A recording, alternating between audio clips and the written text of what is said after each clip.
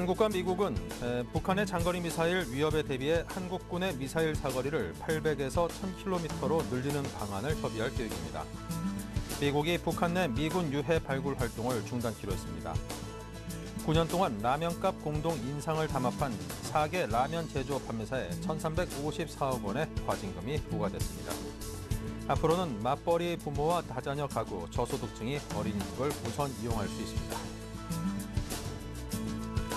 시청자 여러분 안녕하십니까. 생경제 현장의 임동석입니다. 우리 코스피 지수가 3일 연속 하락으로 조정을 받고 있습니다. 지지부진한 흐름으로 0.05% 하락을 한 약보합권으로 장을 마쳤는데요. 김종성 기자 연결합니다. 안녕하십니까. 안녕하세요. 네, 모멘텀이 상당히 좀 약해진 것 같습니다. 사흘째 하락을 했는데요. 오늘 장이 어땠습니까? 네, 오늘 코스피 지수는 전날보다 1.11포인트, 0.05% 떨어진 2026.12로 거래를 마쳤습니다. 미국의 주택지표 부진과 장중 발표된 중국의 3월 구매자 관리 지수 하락 소식이 부담으로 작용했는데요. 이틀째 계속된 외국인의 매도로 장 한때 10포인트 가까이 떨어지기도 했지만 프로그램 매수세가 유입되며 낙폭을 줄였습니다. 투자자들은 시장에 뚜렷한 모멘텀이 보이지 않자 여전히 관망 모드를 유지하는 모습이었습니다. 외국인은 526억 원 순매도를 기록했고 기관도 1,077억 원어치를 팔았습니다. 개인이 978억 원을 사들였고 프로그램 매매도 1,040억 원 순매수를 기록했지만 지수를 방어하지는 못했습니다. 업종별로는 음식료품과 섬유의복, 종이목재, 화학, 비금속 광물 등이 하락했고 전기전자, 통신, 금융 등은 상승했습니다. 삼성전자가 하루 만에 1.2% 반등했고 기아차, 현대차, 현대모비스 등 현대차 3인방도 동반 상승하는 모습을 보였습니다. 반면 중국 경기 둔화 우려로 포스코와 LG화학은 하락했고 현대중공업과 SK이노베이션도 약세를 면치 못했습니다. 공정거래위원회의 과징금 부과 소식에 농심과 삼양식품, 오뚜기 등 라면 관련 종목이 2% 넘게 하락했고 1, 4분기 실적 우려가 제기된 대한항공과 아시아나항공도 2% 이상 떨어졌습니다.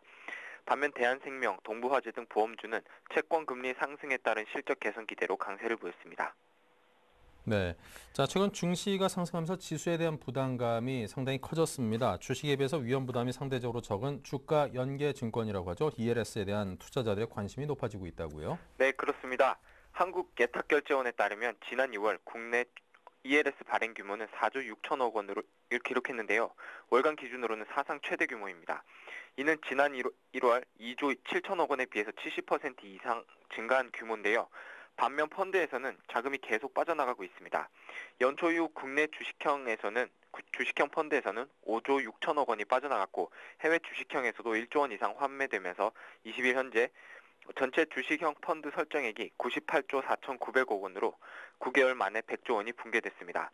이 같은 현상은 증시 상승으로 주가에 대한 부담이 커지면서 투자자들이 주식형 펀드에서 돈을 빼 ELS 쪽으로 이동시키고 있기 때문으로 보입니다. 주가가 올라야 수익이 나는 주식이나 주식형 펀드와는 달리 ELS는 주가가 일정 구간 안에서만 움직이면 수익을 내는 구조를 갖고 있기 때문에 변동성 장세에서 투자자들이 관심이 높습니다. 이진우 한국투자증권 여의도 PB센터 팀장은 연초 이후 코스피 지수가 2,000포인트를 돌파하고 계속 상승할 수 있다는 낙관론과 실물이 지수를 따라가지 못하고 추가 상승 어렵다는 신중론이 맞서고 있어서 투자자들이 선뜻 펀드에 돈을 넣기 어려운 상황이라고 말했는데요.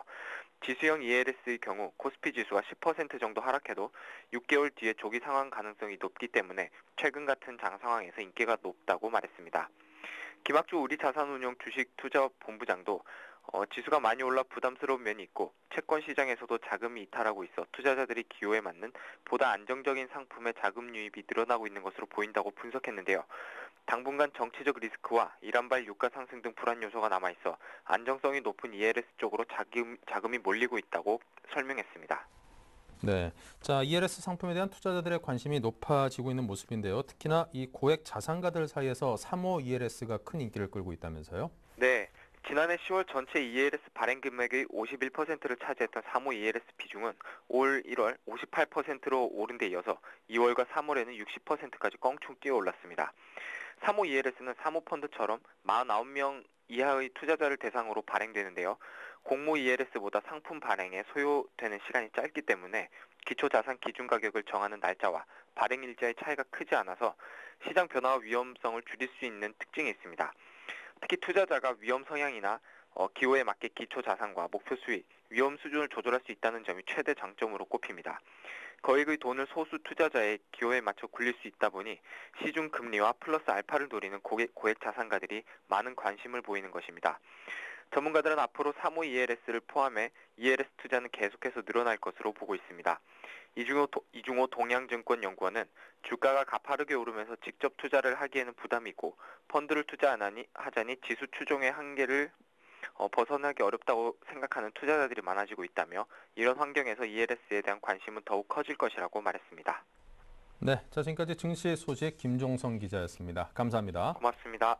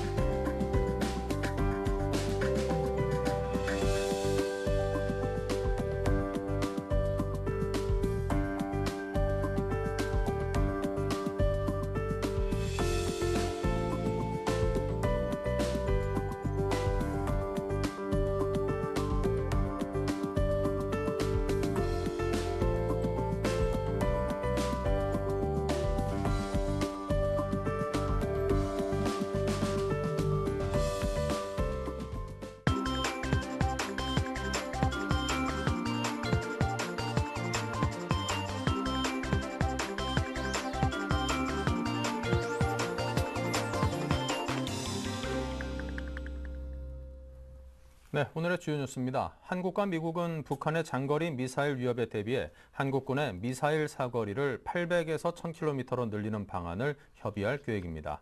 양국은 다음 달 워싱턴에서 열리는 한미 안보정책 구상회의에서 이 같은 내용을 논의할 것으로 전망됩니다.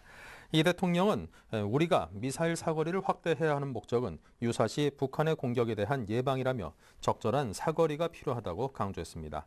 현재 우리나라는 지난 2001년 미국과 합의한 미사일 지침에 따라 사거리 300km, 탄두 중량 500kg을 넘는 탄도미사일을 보유할 수 없습니다.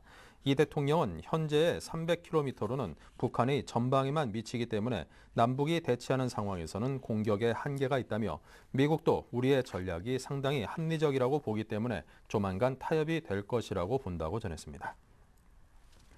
미국이 북한 내 미군 유해 발굴 활동을 중단키로 했습니다. 북한이 지난주 광명성 3호를 4월에 발사하겠다고 발표한 이후 나온 미국 정부의 첫 공식 대응입니다.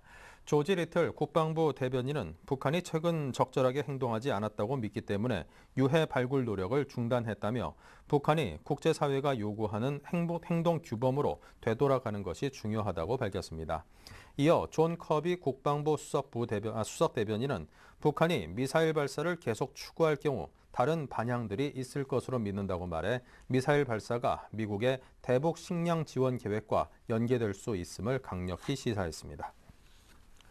9년 동안 라면값 공동 인상을 담합한 농심, 삼양식품, 오뚜기, 한국야쿠르트 등 4개 라면 제조 판매사에 1,354억 원의 과징금이 부과됐습니다. 공정거래위원회는 오늘 이들 4개 업체의 과징금과 함께 담합 금지 명령과 정보 교환 금지 명령을 내렸습니다. 공정위에 따르면 이들은 2001년 5월부터 2010년 2월까지 총 6차례에 걸쳐 각사의 라면 제품 가격을 공동으로 조정했습니다.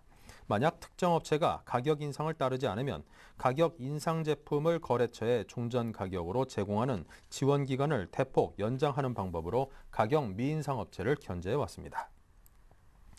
앞으로는 맞벌이 부모와 다자녀 가구, 저소득층이 어린이집을 우선 이용할 수 있습니다. 또 만 0세에서 2세 사이에 유아를 둔 부모는 여건에 따라 가정 양육과 시설 보육을 선택할 수 있게 됩니다. 보건복지부는 오늘 이 같은 내용을 담은 보육 서비스 개선 대책을 발표했습니다. 하지만 그동안 논란이 됐던 만 3, 4세 보육료 지원 등이 빠져 있어 부모들의 불만을 잠재울 수 있을지는 미지수입니다. 보건복지부는 30세 이상 성인의 28.8%가 대사증후군을 갖고 있다고 밝혔습니다.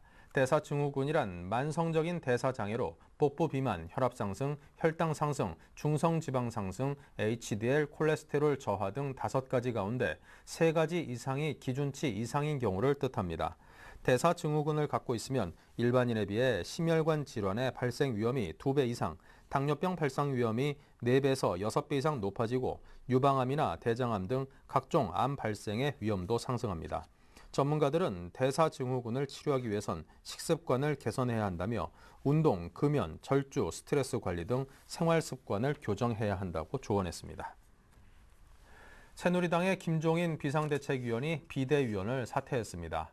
김 비대위원은 오늘 기자간담회에서 선대위 체제로 돌입했기 때문에 비대위원을 오늘로써 마감한다며 과감한 인적 쇄신을 하지 못한 점이 아쉬움으로 남는다고 밝혔습니다. 김 의원은 이에 앞서 지난 1일 박근혜 비대위원장을 만나 선거가 끝난 뒤 다시 돕겠다며 대통령 선거에서는 박 위원장이 정권을 창출해야 하며 이를 위해 박 위원장을 돕겠다는 뜻을 전했습니다. 네, 최근 금융당국이 시중은행의 신용대출 금리 상승에 제동을 걸고 나섰습니다. 이 가운데 일반인들이 비상제주로 사용하는 것이죠. 마이너스 통장의 대출 금리가 올 들어서도 상당히 많이 상승되면서 신용대출 금리 상승을 부추기고 있다고 하는데요. 이유미 기자로부터 전해됐습니다. 안녕하십니까? 네, 안녕하세요. 네, 마이너스 통장 대출 금리가 작년에 이어서 올해도 계속 상승하고 있다고요? 예, 그렇습니다. 한 대형 시중은행의 마이너스 대출 통장 금리를 살펴보면요. 지난해 연말 신규 취급액 기준으로 7.18%에서 올해 2월 현재 7.25%로 0.07%포인트 상승한 것으로 나타났습니다.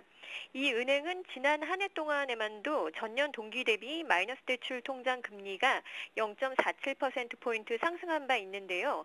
사정은 다른 시중은행들도 크게 다르지 않습니다. 특히 해당 금리는 가중평균치로 고객의 소득이나 신용도에 따라 가산금리가 적용될 경우에는 실제 고객들이 이용하는 대출금리가 9에서 10%대 이상에 집중돼 있을 것으로 보입니다. 마이너스 대출 통장의 경우 소액으로 생활자금이 필요할 때 가게에서 이용하는 대표적인 신용대출 상품인데요. 마이너스 대출 통장 금리가 상승하면 직접적으로 가계 부담이 커질 수밖에 없습니다. 실제 마이너스 대출 통장 금리 상승은 일반 신용대출 금리 상승을 견인하고 있다고 보면 되는데요. 한국은행이 지난해 4, 4분기에 발표한 마이너스 대출 통장을 포함한 일반 신용대출 금리는 8.13%로 전년 동기 7.27%보다 0.86%포인트 올랐습니다. 올 들어서는 지난 1월 8.16%를 기록하며 일반 신용대출 금리가 지속적으로 상승하고 있습니다. 네, 이 금융당국의 제재도 일반 신용대출 금리가 이처럼 지속적으로 상승하고 있는 그 이유는 무엇일까요? 시중은행들은 지난해 유럽발 재정위기 등으로 조달금리가 상승했다는 이유를 들고 있는데요. 실제 91일물 CD금리의 경우 지난해 4, 4분기 3.56%로 1년 만에 0.83%포인트가 상승했습니다.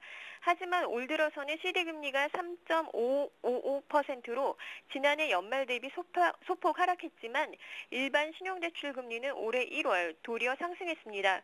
무엇보다 한국은행이 기준금리를 9개월째 동결하고 있는 상황이라서 은행들의 해명에는 무리가 있다는 지적입니다.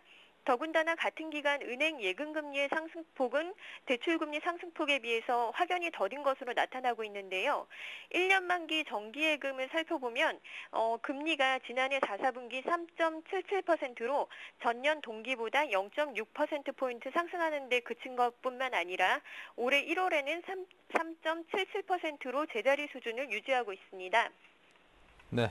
자, 시중은행들이 결국에는 이제 예금 금리는 사실상 동결한 상태에서 일반 신용대출 금리만 지속적으로 인상하는 이런 얌체 행보를 보이고 있다. 이런 지적이 나올 만하지 않습니까? 네, 그렇습니다. 이 같은 현상은 실상 속내를 들여다보면 시중은행들이 올해 경기 침체 등 대내외 경기 변수를 의식한 꼼수라고 할 수 있는데요.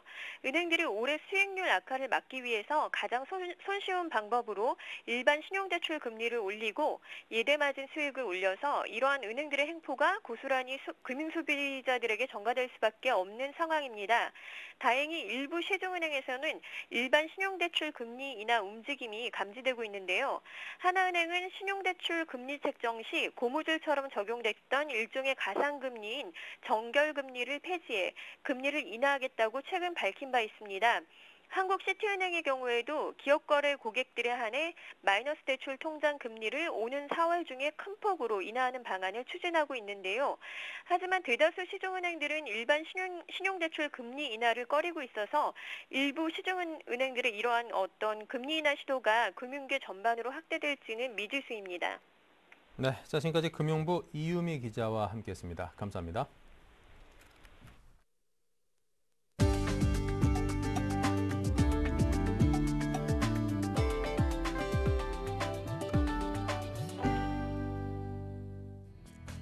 현대캐피탈은 현대차 재구매 고객에게 에쿠스와 제네시스 리스료 200만 원을 할인하는 특별 프로그램을 실시합니다. 이 프로그램을 이용하는 에쿠스 고객은 유리막 코팅과 고급 썬팅 서비스를, 제네시스 고객은 무상 방문 점검과 고급 썬팅 서비스를 제공합니다. 현대차의 신형 산타페가 사전 계약 첫날 3,100대 판매를 기록했습니다. 지난 2009년 소나타, 2010년 그랜저 이후 세 번째로 사전 계약 첫날 계약 대수가 3,000대를 돌파한 것입니다. 현대차 관계자는 2005년 이후 7년 만에 새롭게 선보이는 신형 산타페에 대한 고객들의 관심과 호응이 대단하다며, 신형 산타페는 차선 이탈 경보 시스템, 운전석 전동 시트, 텔레매틱스 서비스 등 다양한 첨단 기능을 탑재해 편의성을 극대화했다고 설명했습니다. 이마트가 골프 시즌을 맞아 관련 용품을 파격가에 판매합니다. 테일러메이드 R11 드라이버는 34만 9천 원, 테일웨이 레이저 워크 드라이버는 29만 9천 원으로 시중 가격보다 30%가량 저렴합니다. 또 초보 골퍼들에게 인기가 많은 윌슨 7번 아이언을 9,900원에 출시했으며 웨지 캐디백을 최대 80% 할인된 가격에 내놓았습니다. 메르세데스 벤츠 코리아는 다음 달 30일부터 자사 고객들을 대상으로 한 달간 골프 대회를 개최합니다. 고객 700여 명을 대상으로 총 5회 예선과 본선을 통해 선발된 한국 대표는 독일 슈투트가르트에서 열리는 월드 파이널에 출전할 기회를 얻게 됩니다. 참가를 희망하는 고객은 메르세데스 트로피 접수처나 전시장에 문의하면 됩니다. 네, 이상으로 센 경제 현장을 마칩니다. 감사합니다.